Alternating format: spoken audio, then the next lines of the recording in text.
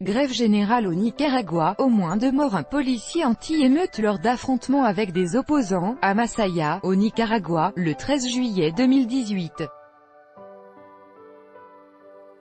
Reuters, Osvaldo Riva. 2 personnes ont été tuées et des dizaines blessées vendredi 13 juillet dans des violences à Masaya, la ville la plus rebelle de Nicaragua, tandis que le président Daniel Ortega lançait un appel public à la paix dans son pays, victime depuis 3 mois de la répression gouvernementale des protestations.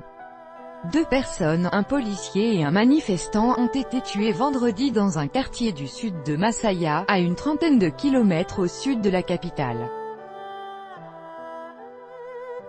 Les violences ont débuté lorsque des partisans pro-Ortega ont tiré avec des armes de gros calibre, raconte Alvaro Leyva, un responsable de l'Association nicaraguayenne des droits de l'homme, ANPDH.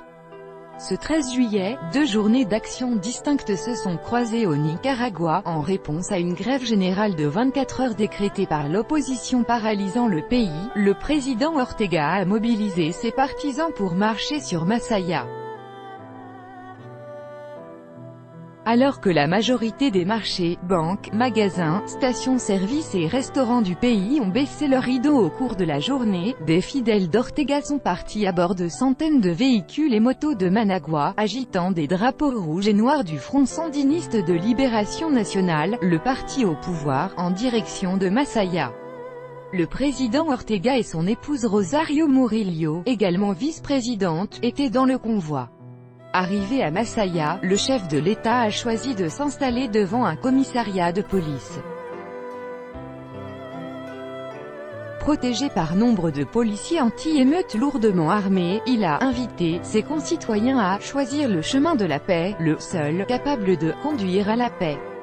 Une grève largement suivie dans le même temps, une deuxième grève générale de 24 heures, à l'appel de l'Alliance civique pour la démocratie et la justice, coalition de l'opposition qui inclut des secteurs de la société civile, a été suivie à 90% selon l'opposition.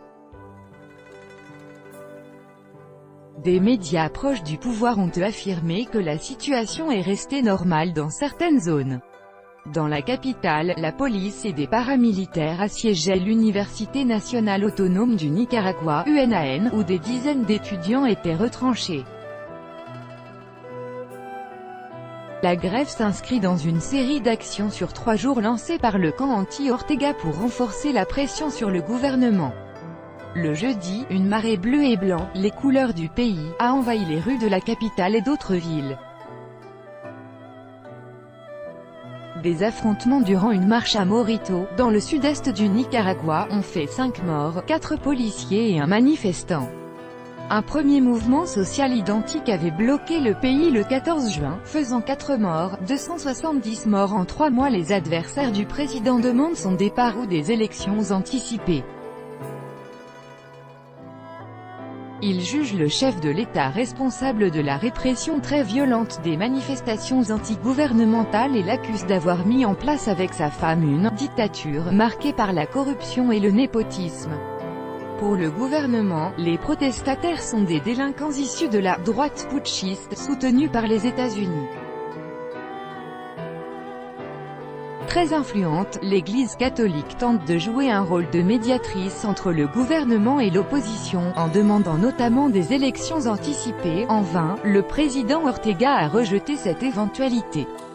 En 3 mois, les violences ont fait 270 morts et 2000 blessés, selon la Commission interaméricaine des droits de l'homme, CIDH, avec agence.